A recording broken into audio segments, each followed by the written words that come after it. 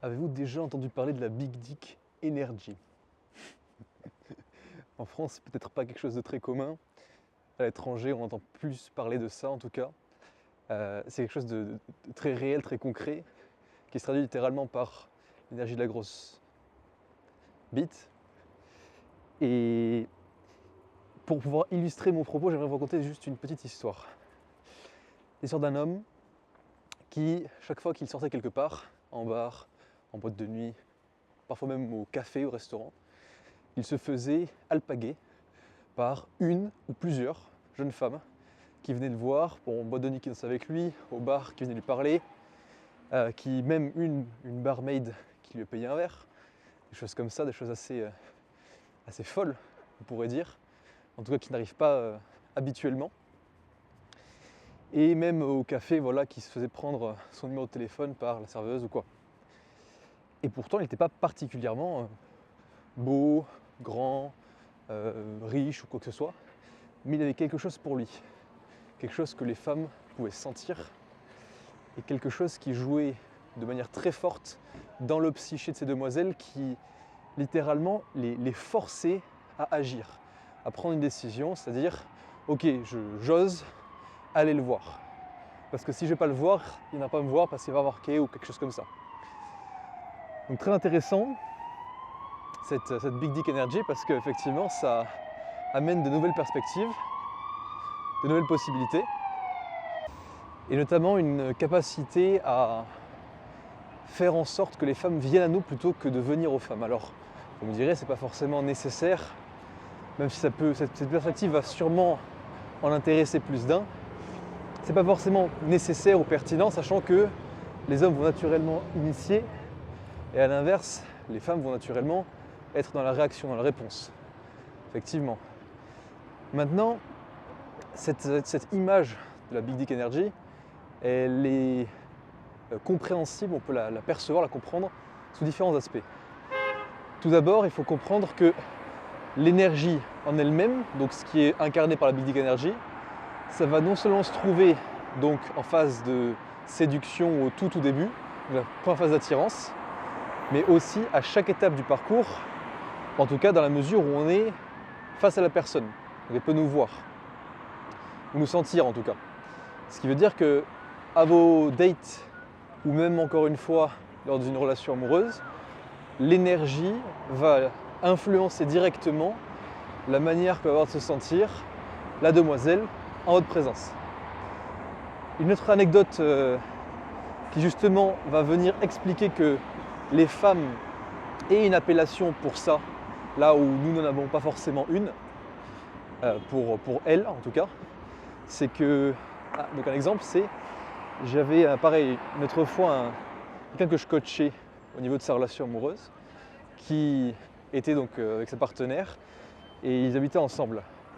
Et effectivement, sa partenaire pouvait sentir avant lui lorsqu'il se sentait mal ou lorsque quelque chose n'allait pas bien. C'est-à-dire qu'il lui-même ne le sentait pas, il ne comprenait pas que quelque chose n'allait pas bien. Elle lui faisait remarquer et directement après ça, il s'introspectait et effectivement, il y avait quelque chose qui lui avait posé problème, qui l'avait préoccupé et qui faisait qu'il était moins bien qu'habituellement en tout cas. Donc ce qui met vraiment bien en lumière le fait que les femmes sont tendanciellement en tout cas plus sensibles que nous à ce genre de choses, donc aux énergies. Aux énergies qui peuvent se caractériser de deux manières. Donc vraiment cette énergie-là telle qu'on a parlé, qui est en fait la compréhension des émotions. Là pour le coup, c'est ressentir des choses subtiles.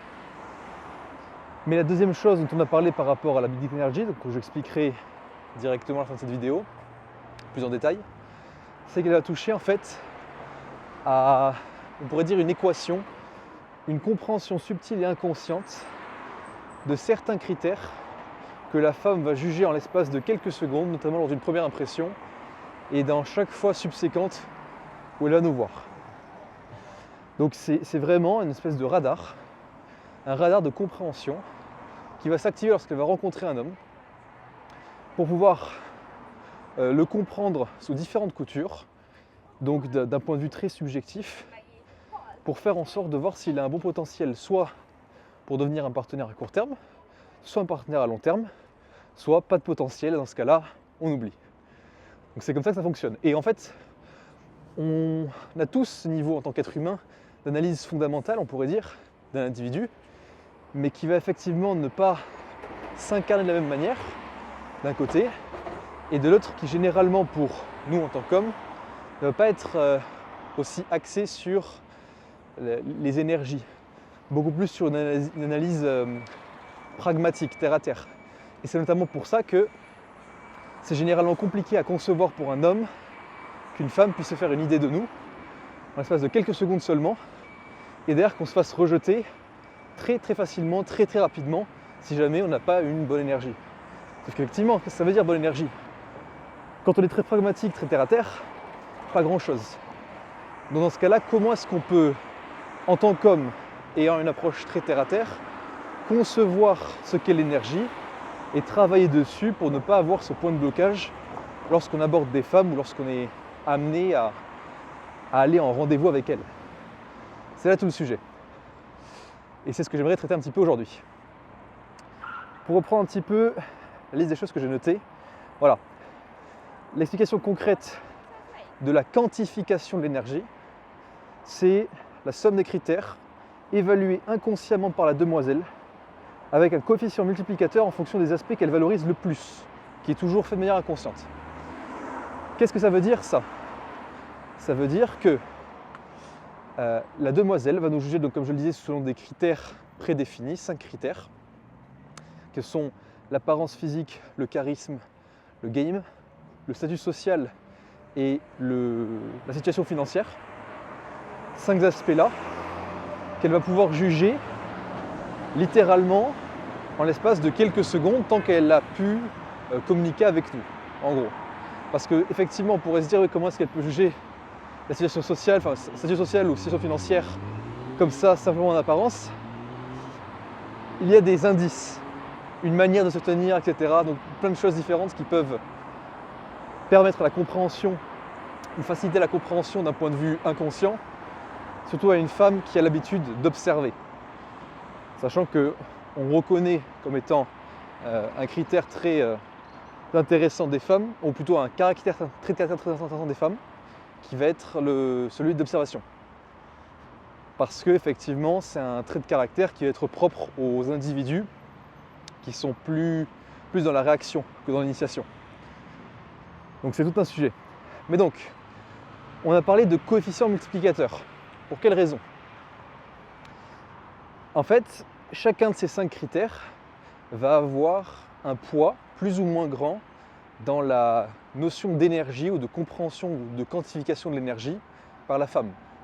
Effectivement, si jamais tout le monde avait les mêmes critères, c'est-à-dire que les 5 critères avaient le même poids pour chaque personne, chaque femme, en fait on aurait des standards qui seraient très linéaires, sauf que ce n'est pas le cas.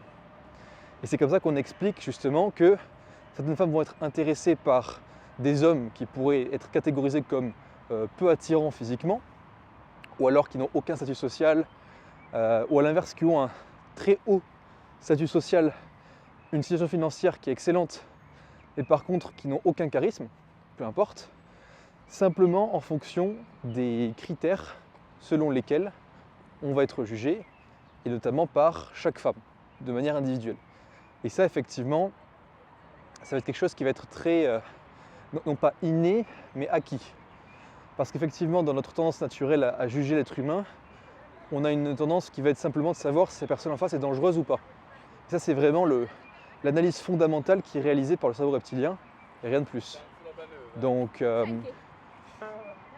dès le moment où on dépasse cette analyse fondamentale du cerveau reptilien, c'est vraiment quelque chose de beaucoup plus subtil, et qui lui va être plutôt acquis, donc de la culture, de l'ordre de la culture, qui va être engrainé par notre éducation, ainsi que nos expériences, qu'elles soient donc relationnelles, sentimentales, ou même juste familiales ou amicales d'ailleurs. Donc tout ça va avoir un grand rôle dans le psyché de la femme, et va faire en sorte d'accorder plus de poids, plus d'importance, soit à l'apparence physique, soit au charisme, soit au game, soit à la situation sociale, statut social plutôt, soit à la situation financière.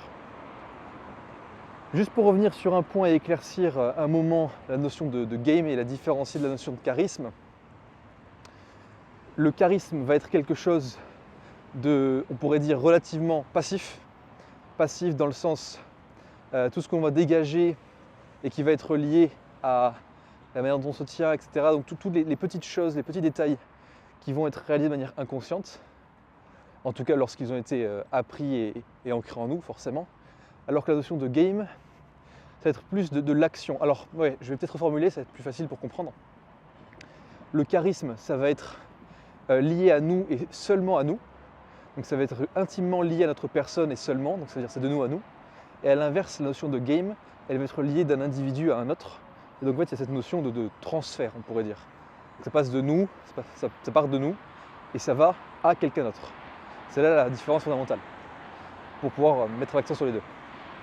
Donc, à partir de ces critères-là et de cette compréhension, on peut se dire, et on peut même comprendre, pourquoi est-ce qu'on va naturellement plaire à certaines femmes, parce qu'on va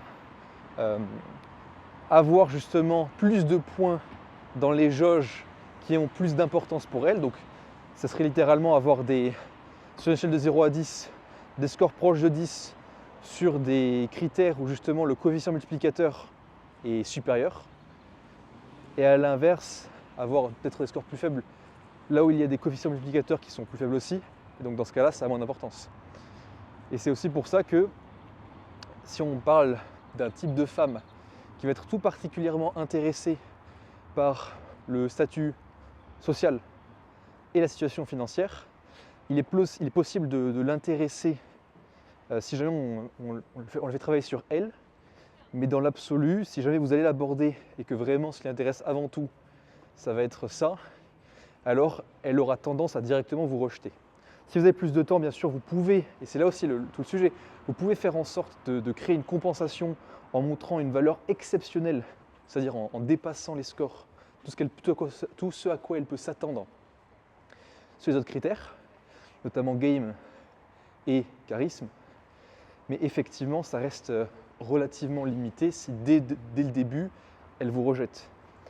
C'est pour ça que si c'est vraiment un abordage pur, simple, sans autre forme de procès, ça peut être vraiment compliqué parfois de mener la conversation à bien et d'aller plus loin. A l'inverse, si c'est en faisant en sorte de se rencontrer lors d'un événement ou autre, où vous êtes introduit, quelque chose comme ça, et que vous avez l'opportunité malgré tout de faire en sorte qu'elle apprenne à vous connaître, alors là oui, forcément, il y aura plus de chances. Donc, selon le contexte, on peut aussi voir des modulations et même des choses qu'on pourrait considérer comme impossibles qui au final se retrouvent possibles. Et c'est comme ça que des fois on peut voir une femme que l'on peut considérer comme exceptionnelle en tout point, qui va sortir avec un homme qui a l'air vraiment pas à sa hauteur, pas à son niveau, et se demander mais qu'est-ce qu'ils font ensemble? C'est dans des cas comme ça où il y a un contexte qui est apporté, où justement les deux personnes ont appris à se connaître et que du coup l'analyse fondamentale a été vraiment dépassée au profit d'une compréhension plus profonde. Et c'est là toute la beauté notamment du game et du charisme, qui sont les deux critères, les deux facteurs que l'on peut vraiment influencer en travaillant sur soi. En plus de l'apparence physique, en fait on peut tous les influencer, mais disons qu'il y en a qui sont plus à portée de tout le monde, là où d'autres le sont moins. Voilà. Et donc pour finir, et par rapport à la Big Dick Energy, pour revenir un petit peu sur le sujet qui était vraiment intéressant de base, étonnamment ou pas, la Big Dick Energy, elle va tenir uniquement sur les deux facteurs dont on a parlé, c'est-à-dire le charisme et le game, et rien de plus. Et précisément, sur 5 critères qui sont donc répartis sur les deux facteurs qu'on vient de dire, que sont la confiance en soi, le respect des autres, l'aisance sociale, la positivité et l'humilité. Et donc là, on peut remarquer que ce sont vraiment des qualités qu'on pourrait considérer comme naturelles à un individu qui se connaît et qui s'apprécie. Mais effectivement, en faisant en sorte de travailler sur soi, de guérir ses blessures et de se sentir bien par rapport aux autres, donc de réellement avoir un drive, réellement avoir une quête, savoir où on va, généralement on peut faire en sorte de faire ce que d'aucuns considéraient comme un miracle, et sortir avec des femmes d'extrêmement haute qualité qui habituellement nous auraient complètement rejetés.